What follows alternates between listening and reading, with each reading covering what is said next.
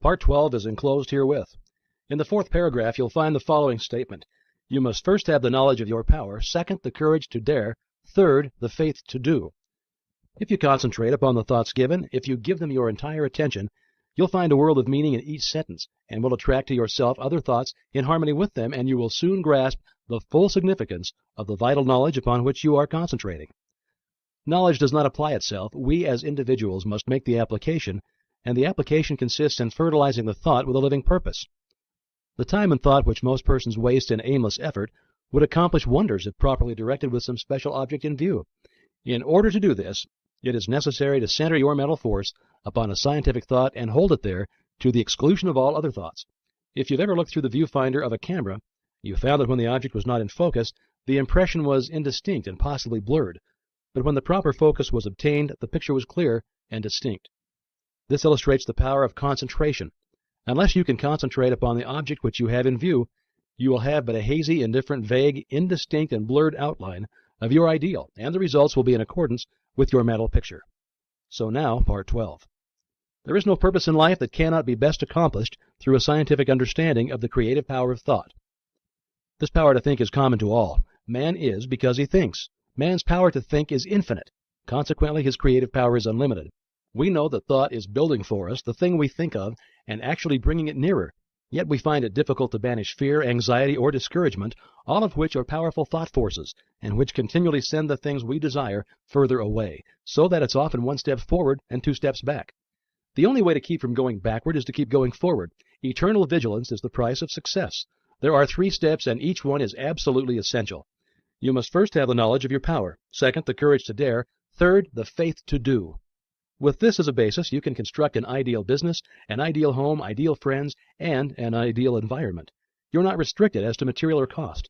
Thought is omnipotent and has the power to draw on the infinite bank of primary substance for all that it requires. Infinite resources are therefore at your command. But your ideal must be sharp, clear-cut, and definite. To have one ideal today, another tomorrow, and a third next week means to scatter your forces and accomplish nothing. Your result will be a meaningless and chaotic combination of wasted material.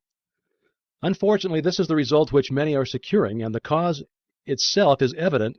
If a sculptor started out with a piece of marble and a chisel and changed his ideal every 15 minutes, what result could he expect? And why should you expect any different result in molding the greatest and most plastic of all substances, the only real substance? The result of this indecision and negative thought is often found in the loss of material wealth. Supposed independence, which required many years of toil and effort, suddenly disappears. It is often found then that money and property are not independence at all.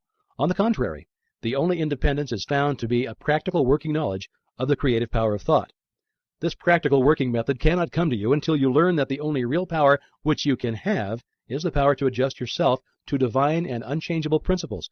You can't change the infinite, but you can come into an understanding of natural laws. The reward of this understanding is a conscious realization of your ability to adjust your thought faculties with the universal thought which is omnipresent. Your ability to cooperate with this omnipotence will indicate the degree of success with which you meet. The power of thought has many counterfeits, which are more or less fascinating, but the results are harmful instead of helpful.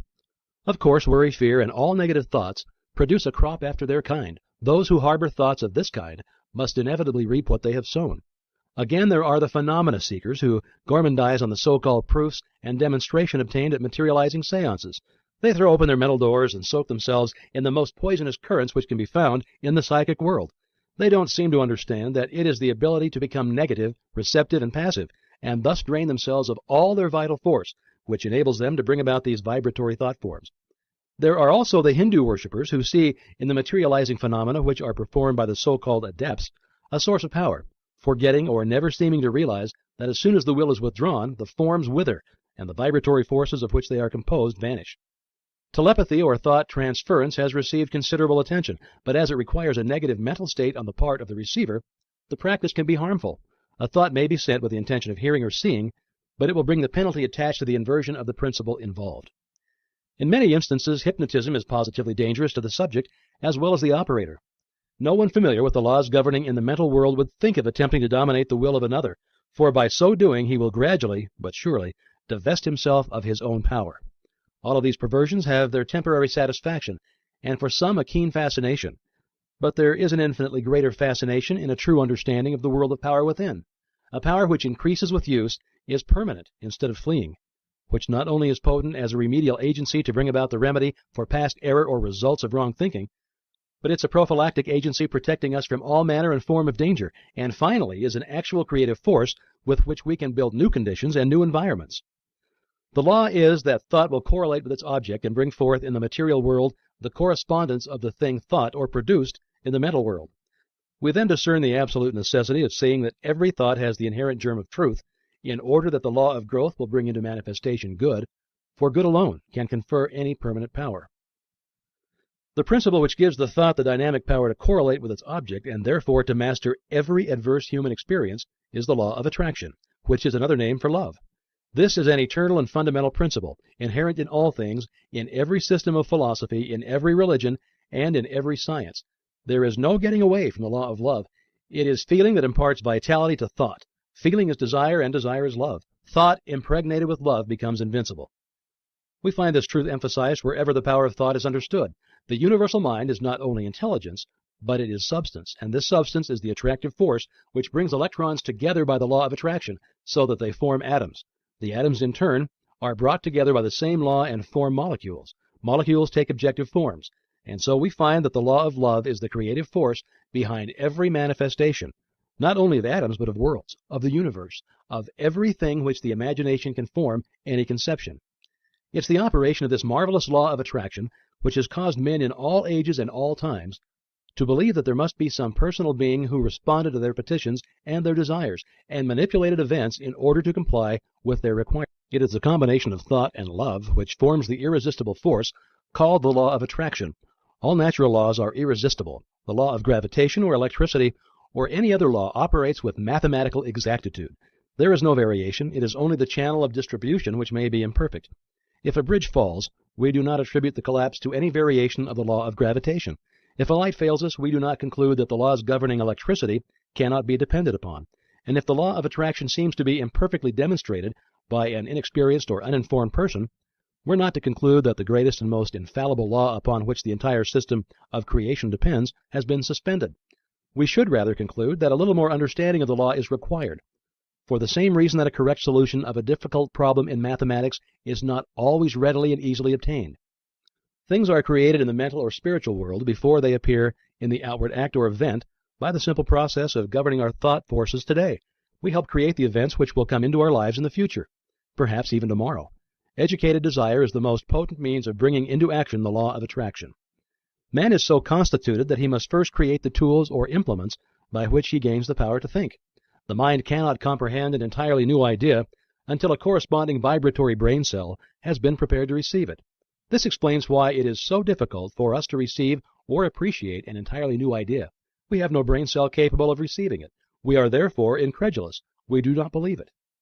If, therefore, you've not been familiar with the omnipotence of the law of attraction and the scientific method by which it can be put into operation, or if you've not been familiar with the unlimited possibilities which it opens to those who are enabled to take advantage of the resources it offers, begin now and create the necessary brain cells which will enable you to comprehend the unlimited powers which may be yours by cooperating with natural law.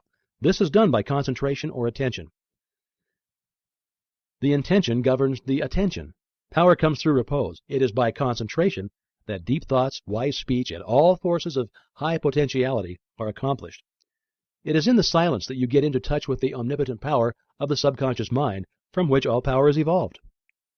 He who desires wisdom, power, or permanent success of any kind will find it only within. It is an unfoldment. The unthinking may conclude that the silence is very simple and easily attained, but it should be remembered that only in absolute silence may one come into contact with divinity itself. We may learn of the unchangeable law and open for himself the channels by which persistent practice and concentration lead to perfection. This week, go to the same room, take the same chair, the same position as previously. Be sure to relax. Let go, both mentally and physically. Always do this. Never try to do any mental work under pressure. See that there are no tense muscles or nerves, that you are entirely comfortable. Now realize your unity with omnipotence. Get into touch with this power. Come into a deep and vital understanding, appreciation, and realization of the fact that your ability to think is your ability to act upon the universal mind and bring it into manifestation. Realize that it will meet any and every requirement, that you've exactly the same potential ability which any individual ever did have or ever will have, because each is but an expression or manifestation of the one. All are parts of the whole. There is no difference in kind or quality, the only difference being one of degree.